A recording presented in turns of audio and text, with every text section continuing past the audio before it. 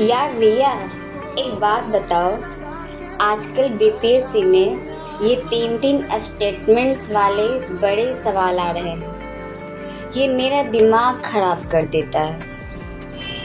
क्यों? क्या हुआ? वो तो स्कोर होते हैं, अगर ध्यान से पढ़ो तो। अरे कहाँ स्कोर। मान लो 3 कथन दिया है, मैंने दिमाग लगाया और एक कथन को कंफर्म पता कर लिया कि ये गलत है।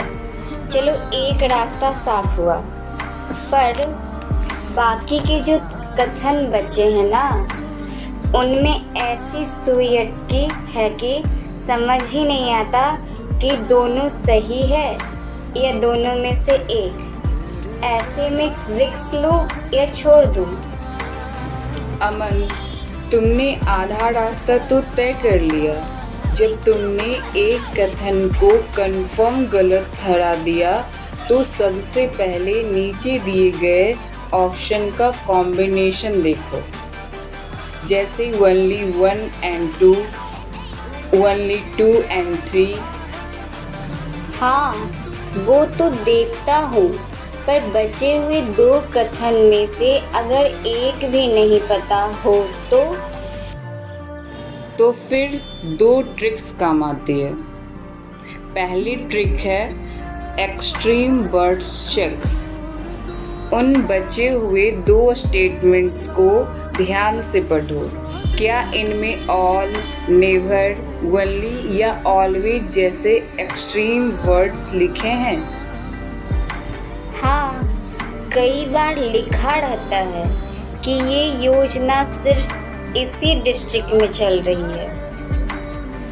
बस 90% टाइम्स ऐसे एक्सट्रीम स्टेटमेंट्स गलत होते हैं, क्योंकि गवर्नमेंट पॉलिसी या हिस्ट्री में इतना एब्सोल्यूट कुछ नहीं होता।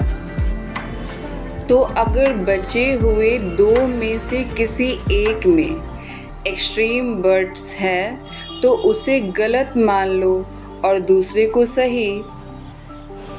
ओहो, ये तो सही लॉजिक है।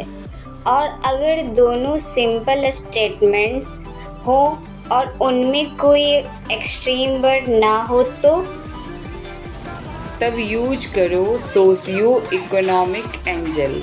अगर वो स्टेटमेंट्स बिहार या इंडिया की किसी पॉलिसी, पॉपुलेशन या वेलफेयर के बारे में है और पॉजिटिव बात कर रहा है तो स्टैंडर्ड एग्ज़ाम में उसे सही माना जाता है, जब तक कि डाटा बिल्कुल गलत ना दिखे।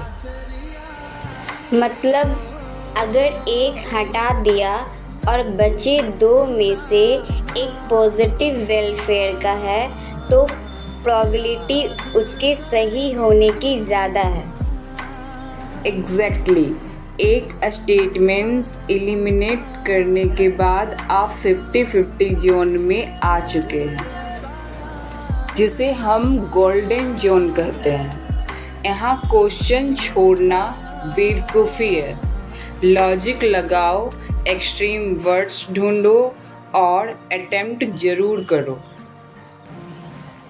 वाह यार रिया, मुझे लगता था ये बड़े सवाल थकाने वाले होते हैं, पर ये तो मज़ेदार हैं अगर दिमाग लगाओ तो। आज ही मॉक टेस्ट में ट्राई करता हूँ।